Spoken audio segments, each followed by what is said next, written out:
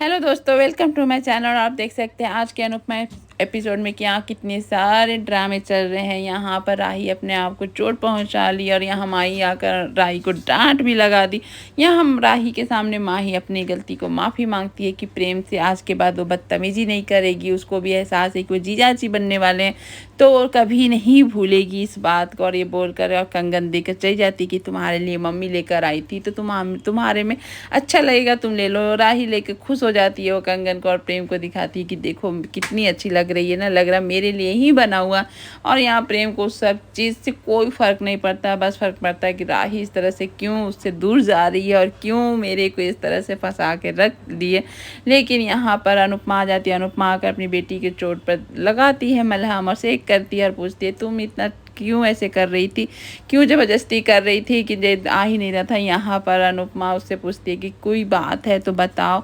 बेटी क्या मतलब कि बेबली, तुम अगर कुछ ऐसा छुपा रही हो तो बताओ। लेकिन यहाँ राही कुछ नहीं बताती है और सब कुछ सोचती है कि अगर मम्मी मुझसे, बस वही टेंशन है कि अगर मुझसे कोई गलती हो गई तो आप मुझसे फिर दूर तो नहीं हो जाएंगे, आप मुझसे फिर नाराज़ तो नहीं हो जाएंगे। अनुपमा बोलती है ऐसा कभी नहीं होगा, मैं कब अपनी बेटी से कब नाराज़ होंगी या क्यों दूर होंगी, ऐसा कुछ नहीं होगा, हम लोग एक साथ हमेशा रहेंगे। तुम मुझे दहेज में ही लेके चल जाना। इस तरह से हंसी खुशी कर रहे होते, देख कर दोनों को अच्छा लगता कि बहुत दिनों के बाद दोनों आज इतने खुश हैं और बहुत अच्छे लग रहे होते हैं, एक दूसरे से बात कर रहे होते। लेकिन राही अपनी मन की बात आज भी अनुपमा से शेयर नहीं करती है। और यहाँ बेचारा प्रेम ठंड में ठिठुर कर बाहर बैठा हो, सो या जो भी बोलिए।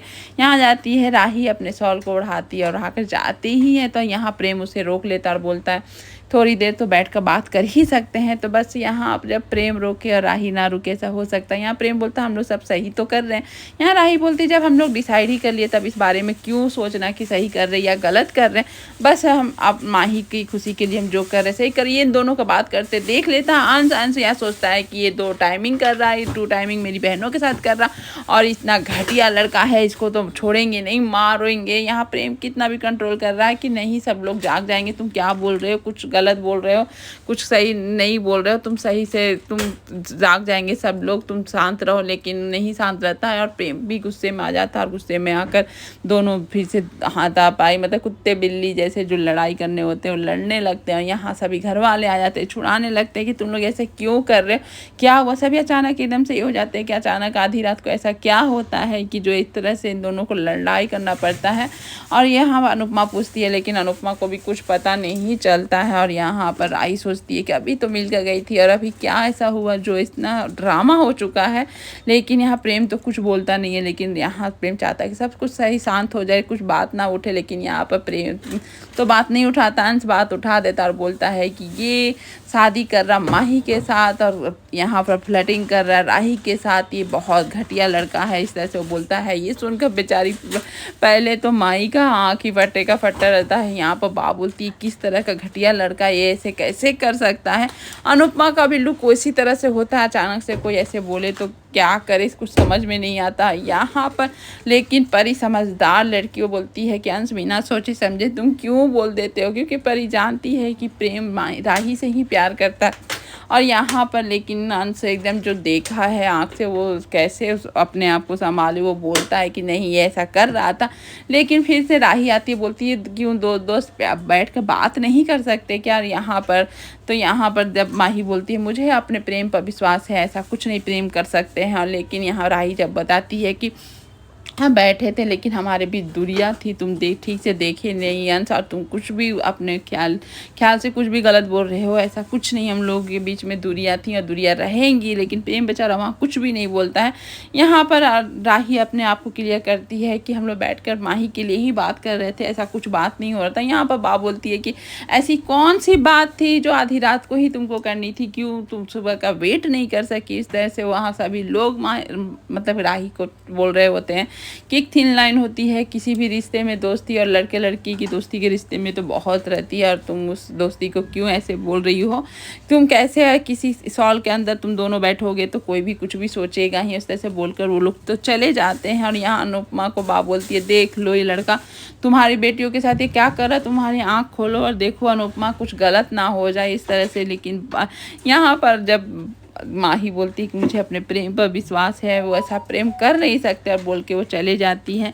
लेकिन अनुपमा जब प्रेम को कुछ भी नहीं बोलती, लेकिन सिर्फ ऐसा लुक देती है, और प्रेम भी चुपचाप रहता है, और वहाँ से सभी लोग चले जाते हैं। यहाँ राही अपने कमरे में आकर अपनी गलती और साथ में दुख को अफसोस करके, गलती इसलिए कि मैं क्यों प्रेम बोला बैठने तो बैठ गई, मुझे नहीं बैठना चाहिए था, और प्रेम को तो मैंने ही माही के साथ भेजा, तो मुझे अच्छी तकलीफ़ क्यों हो रही है। यहाँ पर बा पंडित जी को बुलाती है प्रेम और राही की हाथ और कुंडली दिखाने के लिए कि शादी हमारे घर में टिकती नहीं है, तो एक बार कुंडली देख ले तो शादी के बारे में। तो यहाँ पर मतलब कि पाखी बोलती शायद मैं भी दिखा लेती तो अच्छा रहता, लेकिन डॉली बोलती हमारी तो देखी हुई थी संजय के साथ, कहाँ टिक गई, ऐसा कुछ नहीं होता है, पति पत्नी सही रहे तो सब रिश्ता सही रहता है। यहाँ पर वही बात मतलब कि यहाँ किंजल भी बोल रही होती है, ऐसा कुछ मतलब कि कोई भाग्य दिखाने वाले पंडित कुछ नहीं होते हैं, अपने समझदारी से रिश्ता टिकता है, ये भी बात सही है। लेकिन भाभी जो बोल रही है कह रही है वो भी सही है अपने जगह पर। तो यहाँ पर प्रेम और माही का हाथ दिखाया जा रहा है, कुंडली दिखाया जा रहा है, और अंश चाहता है कि ना मैच हो। यहाँ राही मतलब कि परी भी चाहती है ना ही मैच हो, क्योंकि दोनों का लेकिन चाहने का रीज़न अलग अलग है। यहाँ पर चाहती है परी की माँ राही के साथ शादी हो जाए, अब यहाँ पर अंश चाहता है कि प्रेम के साथ किसी की शादी ही ना हो, और उसके बाद कुंडली की देख। और यहाँ जब पंडित जी वो कुंडली हाथ देखते हैं प्रेम का, तो प्रेम मतलब कि जो है सो है वो तो बताते ही हैं, लेकिन प्रेम और माही का तो दूर दूर तक हाँ मतलब कि मैच नहीं हो रहा उन लोगों की कुंडली की, उन लोगों की शादी टिक ही नहीं सकती। ये सुनकर माही एकदम से ये हो जाती है और पंडित जी के ऊपर ही चढ़ जाती है कि आप ऐसे कैसे बोल सकते हैं, आपको देखने ही नहीं आता है और करने ही नहीं आता। लेकिन वहाँ के लोग सुन के एकदम से ये हो जाते हैं कि प्रेम और माही की शादी का जोग बना ही नहीं है, दोनों पत्नी पत्नी के रूप में है ही नहीं। लेकिन दोनों एक खुश हो जाते हैं, अंश और परी अपने अपने रीजन को लेकर कि चलो शादी कैंसिल होगी।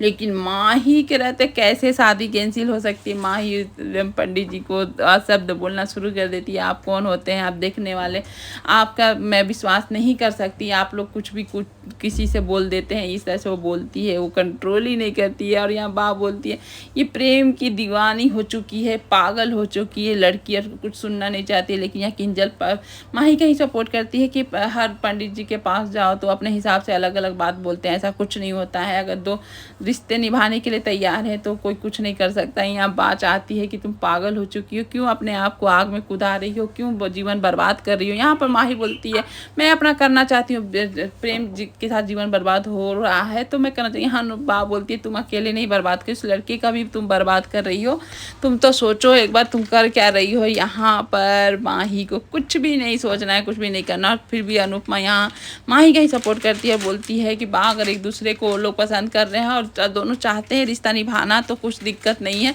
पंडित जी आप एक तारीख बता दीजिए कि सगाई का कौन सा अच्छा तारीख है। तो यहाँ पर खुश हो जाती है माही, क्योंकि उसकी मन की बातें हो रही होती है। यहाँ पर बाप बोलती है जाओ अब दोनों के बीच में हमको नहीं बोलना, तुमको अपनी बेटी को कुआं में ढकेलना है ढकेलो, जो करना है करो। यहाँ बा को शांत कराती है अनुपमा कि बा शांत रहिए, सब कुछ सही होगा, कुछ नहीं होगा, दोनों एक दूसरे से रिश्ता निभाना ही चाहते हैं तो कोई कुछ नहीं कर सकता। और यहाँ पर इस तरह से बातें होती है। फिर पंडित जी 2 दिन और यहाँ पंडित जी दिन तो रख देते हैं, सभी वहाँ खुश होते नहीं होते, लेकिन सबसे ज़्यादा खुश माही हो जाती है क्योंकि इसकी सगाई की डेट फिक्स हो जाती है। बा बेचारी जितना भी कोशिश कर ले कि अरे पंडित जी की बात सुनो समझो करो, लेकिन कोई बा का सुनने वाला नहीं है। खासकर माही पागल हो गई है, पागल की तरह कर रही होती है।